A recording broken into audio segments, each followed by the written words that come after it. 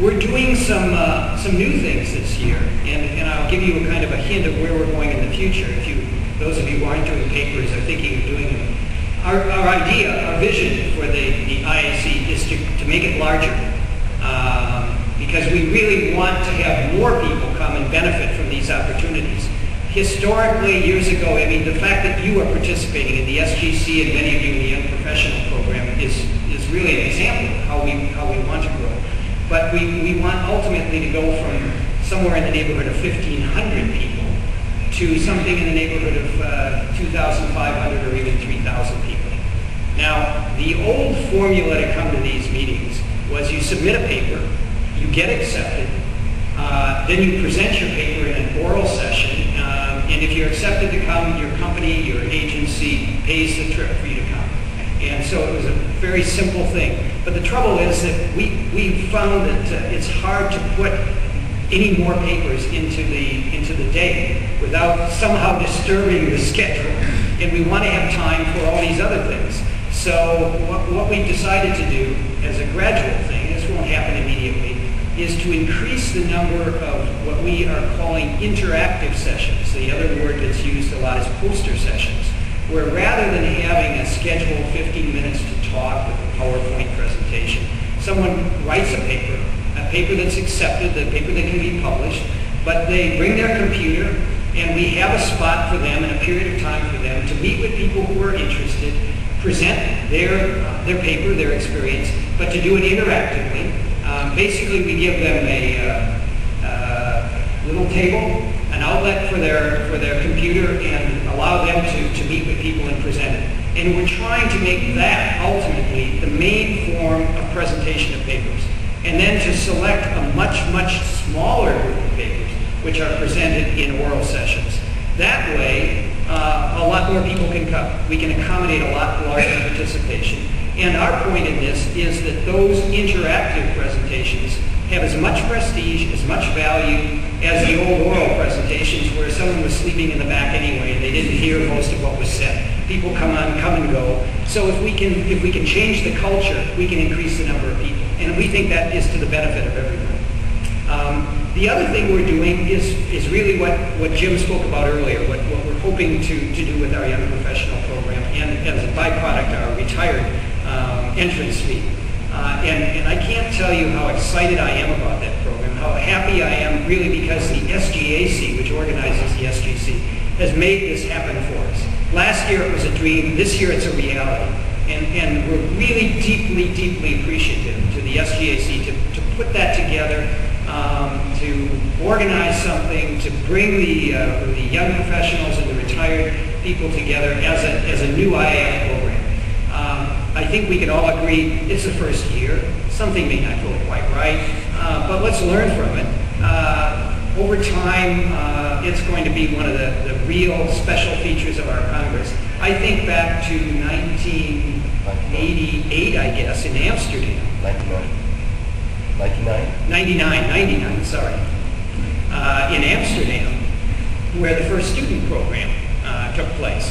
And that was so exciting. There were a lot of the old-timers who came to that meeting and wondered, what are we going to do with all these students? Because in some of the sessions, there were more students than there were people who had registered as full-paying participants. But they've enriched us. They've enriched our Congress and our exchanges. And the Young Professional Program will add to that enrichment. It's a distinct, separate program. But I think it's going to be as exciting and as important as that student program in the future. Last year, I did a little test. I asked the people in the audience how many of them had, without holding them to this from a formal standpoint, how many of them had registered as students and how many had registered as young professionals. Can I ask you to do the same? You can come in one way or the other, doesn't matter, but I'm curious, how many of you registered as students this time? And how many registered as young professionals? All right, well, that's great. One person registered, if that we didn't have a young professional rate last year, one person registered as a full-paying participant last year. All the rest registered as students. And I joked, my daughter is sitting in the back here, she's about your age, and I joked at the time that I know how it works with those student IDs. My son and daughter have, and I guess indirectly because Dad has helped, we've profited from that for many years. But the point is that we've created this really to make it possible for you to come in as young professionals if you wish. We're not going to hold you to that one way or the other, and some of you really are students that are studying anyway, and so that's fully legitimate. But we wanted to make it possible that people could afford to come as a professional, not as a student, and to participate in this program, and either to participate in the Congress as a young professional and a student, or solely as a young professional. And so it's really great that that's happening. And if you see from the registration standpoint some issues there, please tell us, because we can fine-tune it. But I think we've come with an amount of money that makes it possible for people who actually are earning a salary, or their companies, or their societies, or their space agencies, to participate. And we've encouraged them, by the way, and will continue to do so, to take part in the SGC as well. And many of you are doing both. What we're also trying to do is, for the IAF, we're not just trying to do one meeting a year. That's great. We've had one year in and year out, but we want to do more for our federation, more for our members, more for the many, many volunteers who participate in what we do.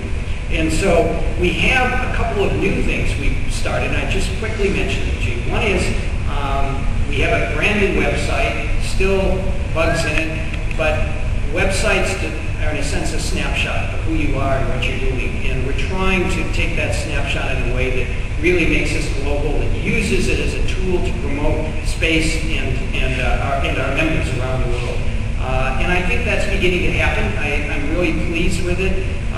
By the way, the SGAC is a member, so we promote the SGAC. And all of you who are coming from companies and agencies and societies, we're promoting where they are members. We're promoting their interests in trying to do it. We put a spotlight on one country each month, mention and talk a little bit about the members in that country. So if your organization isn't a member, give them a little nudge to see if we can't get them to sign up.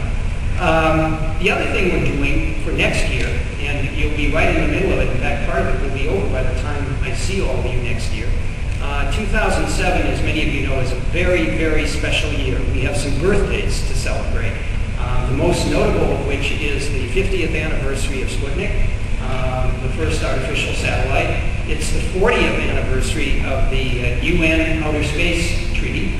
And it's the 50th anniversary of something called the International Geophysical Year, IGY, which gave a lot of the scientific background to the cooperation that has grown up among space-faring countries around the world. And so this is a very, very special year for us. We'll be doing a lot of celebrating at our Congress in Hyderabad, but we're also planning a very special event in Paris probably on the 20th of March. The date isn't quite fixed yet, where we will get probably 3 people, very, very distinguished people from around the world, to spend one of them 15 or 20 minutes talking about the past 50 years, but the other 2 to talk about where we're going in the future. And we'll certainly promote that a lot. If any of you are interested in that, please let us know. We'll try to make it possible. We can't get you there. You'll certainly be eligible to participate. We may be able to do a streaming video of it afterward. But really our idea is to celebrate this anniversary by not just looking to the past, but looking ahead. And I won't mention names yet because we're not quite at that point, but we're going to have some interesting people. This is not going to be talks that you'll fall asleep in if we're as successful as we hope.